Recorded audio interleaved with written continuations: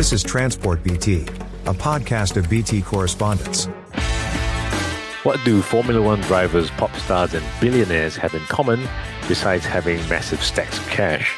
In transport terms, they're all flying above first class. Of course, we're talking about your Taylor Swifts, Elon Musk, and Max Verstappens of the world because they use private jets. Now, in sector terms, private jets are business aviation or private aviation. The Venn diagram overlaps a little, but you get the idea. Having a small aircraft of your own instead of flying commercial aviation, i.e. regular airlines. And just as Asia Pacific is the leader in aviation growth, it's also expected to be one of the most dynamic and fast-growing markets in the world for business and private aviation in the years to come. But how does it all work? How much does it cost? How exactly do you get your own plane? And who do you go to package it all in for you? Our guest today will bring us through all of this and more. So welcoming on board Crystal Wong, President of APAC for business aviation company Vista. Welcome to the pod, Crystal. Thank you for having me. So I oversee the business development for our Asia-based customers, try to customize our solution for their flying, for their travel needs around the world. Could you also explain the structure of Vista? Because there's two different entities, right? There's VistaJet and another part. Yes, VistaJet is the customer-facing brand for Vista Global Group. When the company was founded in 2004, it's VistaJet. And then when the company grew bigger, we streamlined, we built an ecosystem to make it easier for customers to remember us. Is actually the brand is called VistaJet. You will see VistaJet's logo on our silver and red stripe plane. When you have the word jet, you kind of know what we do. Yeah. You know, when it comes to business aviation, we hear the terms, business jet, private jet, corporate jet. Are these all the same things or? Yes, it's all the same thing. So business aviation means non-scheduled flights versus commercial airlines, they are scheduled. A lot of customers, when they come to talk to us, they don't really say, oh, I want to have a business aviation. It's just a term that in our industry, we distinguish the operation side, like for us and commercial airlines. When customer wants to depart at 2 p.m. from Singapore, of course, we need to apply the permits and slots, but we can do that technically. Versus if you go for a commercial airline, you check the options, what do they have, and then you choose either one. So it's a very different operation setup. But it doesn't mean that Taylor Swift is flying a business jet, right? She is flying a business jet, but Okay. of course, like when people see Taylor Swift, they was, oh, she flies on private jet. Okay. And what kind of ownership or rental models exist for the sector? Right? What's most popular? And what are the costs like? Of course, everyone's wondering that. The model for Vista, we have two models. One model is what VistaJet brands has been selling, is the program. The program is a subscription model that subscribe a number of hours. And what VistaJet would commit to is provide them guarantee availability of the hours. They can use the hours to fly around the world. And then another model would be through our charter platform called XO. You can charter one flight ad hoc, or you can deposit a fund with us and then charter multiple times. So it really depends which product you are choosing, and then that will have like different cost implication. And like if I was, say, a CEO and I want to start flying, what do the costs look like? We will recommend using the program, because the key features will be we guarantee you the availability. So CEO needs to be in a certain meetings. Maybe he just have 2 days to be in the US. So we want things to be absolutely certain. Program also categorized into different aircraft types. If you're flying more short haul flights, you can subscribe your program hours on the Challenger 350, our aircraft that we will be expecting the delivery in the end of the year. It will be the Challenger 3500. It's a brand new fleet that we are adding to VistaJet or Challenger 3500. Or he can also by hours on the global 7,500, which we are upgrading to the global 8,000 if he flies more ultra long range. So in order to give, our audience an idea, it could be about 15,000 US dollars per hour, but it depends on the aircraft types. It depends on how many hours that you're flying per year. And I guess if you are doing like a bigger package and you lock yourself in for more hours, that rate probably goes down, right? Yes, Doesn't yes. go up. Yeah. If you are doing a program, you do a lot of hours, then of course we will have way to customize the proposal, the contract. We serve quite a lot of Fortune 500 companies, corporations. They have multiple offices. So they need two aircraft flying at the same time, one departing from the US, flying within the US, one departing from Singapore, maybe going to Japan. So the good thing about our program is when they have more hours, we can guarantee them multiple aircraft. And also when they look at the cost, it's always fixed hourly rate. So for a corporation, you wouldn't get, it's more pricey to fly in Tokyo than the US. It wouldn't be like that. It will always be at the same price. So it's a very simple math to do. Transparent pricing is one of the elements of the program. Yeah. And then, I mean, you mentioned a lot of Fortune 500 companies, obviously, but who else are the typical customer base for you guys? Is it really all F1 drivers and pop stars? as well? Yeah. But actually, a lot of the clients are families. Families probably are one of the category that people are missing out when they look at our industry. We fly a lot of families flying among their homes. Like in the summer, they might tend to stay in Europe. When they come back to Asia to do business, they probably travel between Hong Kong and Singapore. Another is they might have children studying abroad, being able to fly from Singapore, probably going to the US to be with their kids for a weekend. Business jet is the only way that it will save them a lot of time. Basically, Wow. maximize your time. You don't need to arrive at the airport 2 hours before for customs. And with point-to-point travel, the school location is not exactly in New York, in Los Angeles. You can fly to the local airports. And then another category of customers is on the new trend is some of our young entrepreneurs very into the tech sector. They could be some of the founders related to the AI industry. So they're young. How young are they? Yeah, like let's say 40? Probably. Probably younger than that, some of them. Some of them, our youngest is below 30. Wow. Below Right. 30 years old. And they're successful early because of what they are doing when it comes to AI business. Time is very important to them. They want to, do 100 things in a day. So yes, some examples of people that we are flying. I mean, it sounds like time really is the unifying factor. Saving 2 days for a CEO is like immensely valuable, right? What else do you guys have that first class can't offer? Is it like special dining or? Yeah, we do. I think when it comes to what we do, I would personally think is better than first class is we customize a lot.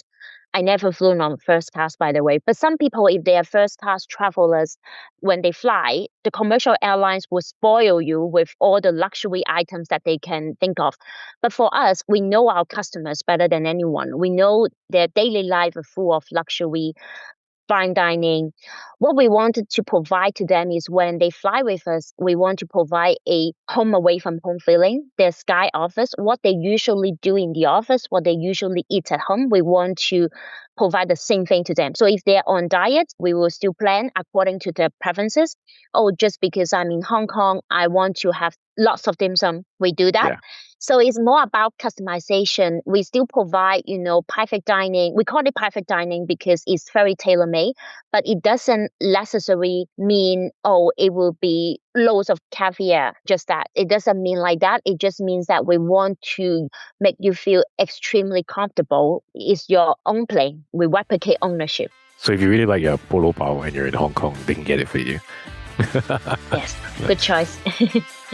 Okay, now we're going to go for our break. When we come back, we're going to talk more about business aviation in Asia Pacific with Derryn Wong, president of APAC for business aviation company Vista.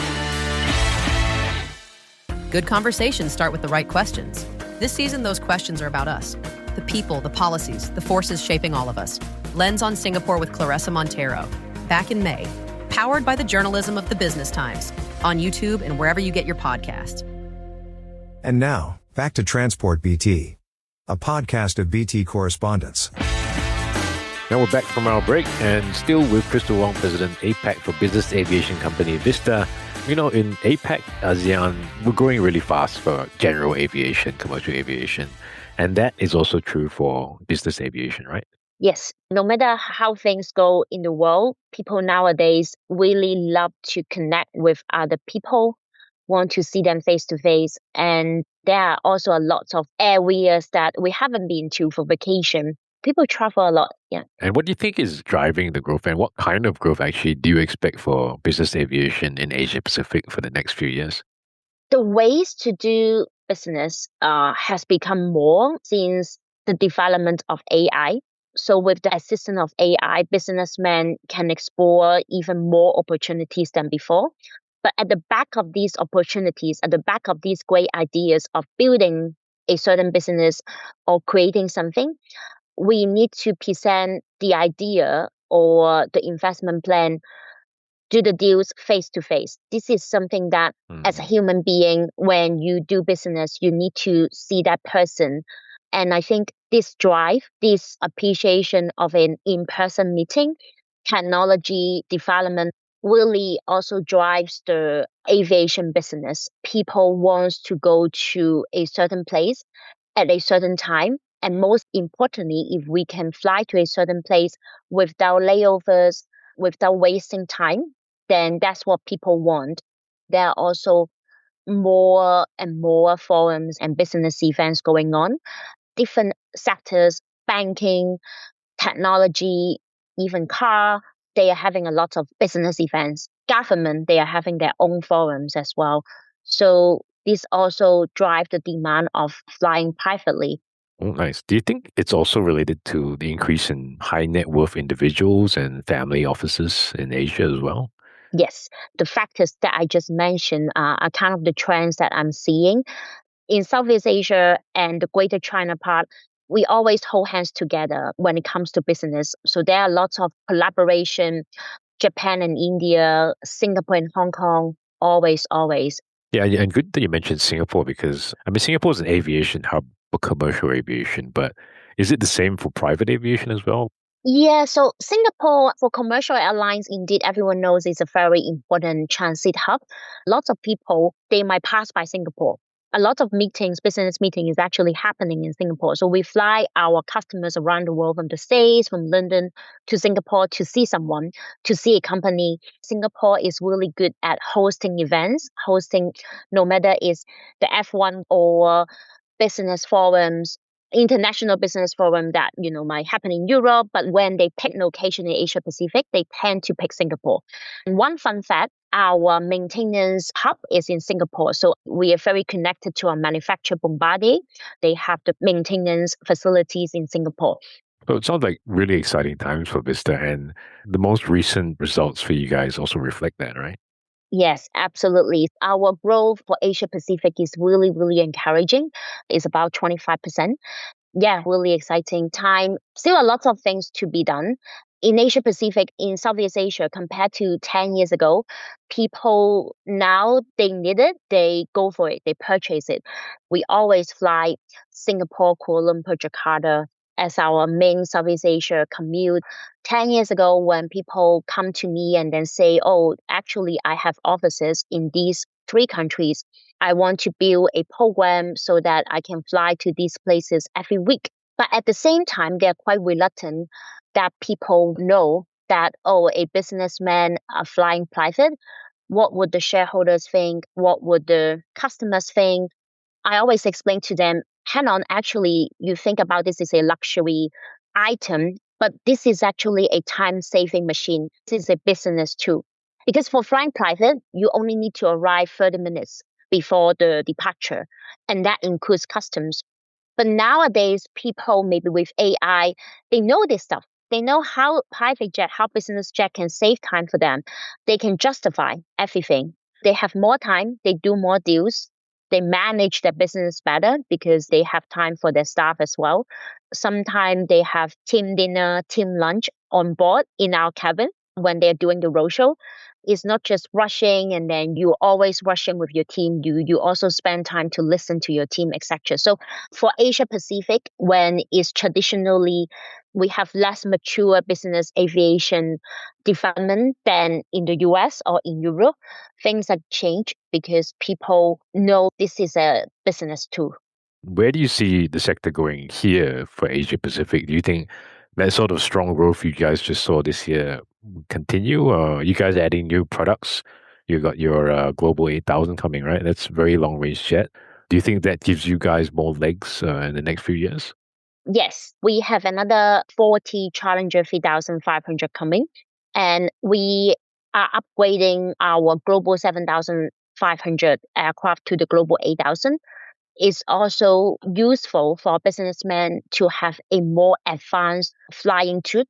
So that's why we decided to upgrade the existing Global 7500 to Global 8000 to have the extra speed. When you fly on the Global 8000, because of the different setup when it comes to the cabin pressure, it will actually make you feel less tired. And you don't feel so dry and Yeah, because when we fly, we feel tired. It's because of the cabin pressure. But for this aircraft, I wouldn't say it solved the problem, but it fine-tuned a lot. It's a much, much more advanced. All right, cool. That sounds really interesting. Crystal, thank you for being on the podcast and sharing your insights about business aviation with us. Let us know when Taylor Swift's coming in, and I think the whole BT team will come down and get on the plane. Thank you for having me. It's been great and fun. I love that. Thank you, Derryn. Okay, so we come off the lofty heights of private aviation and the end of this podcast. Stay tuned next week as we have an episode on the condo market and the agency business. This episode was produced by Howie Lim and Taipei Chia together with our editor, Clarissa Montero, and was written and presented by me, Derryn Wong. Thanks for listening. This is a podcast by the Business Times. Find more BT podcasts at businesstimes.com.sg/podcasts or wherever you get your podcasts. This podcast is meant to provide general information only. SPH Media accepts no liability for loss arising from any reliance on the podcast or use of third parties' products and services. Please consult professional advisors for independent advice.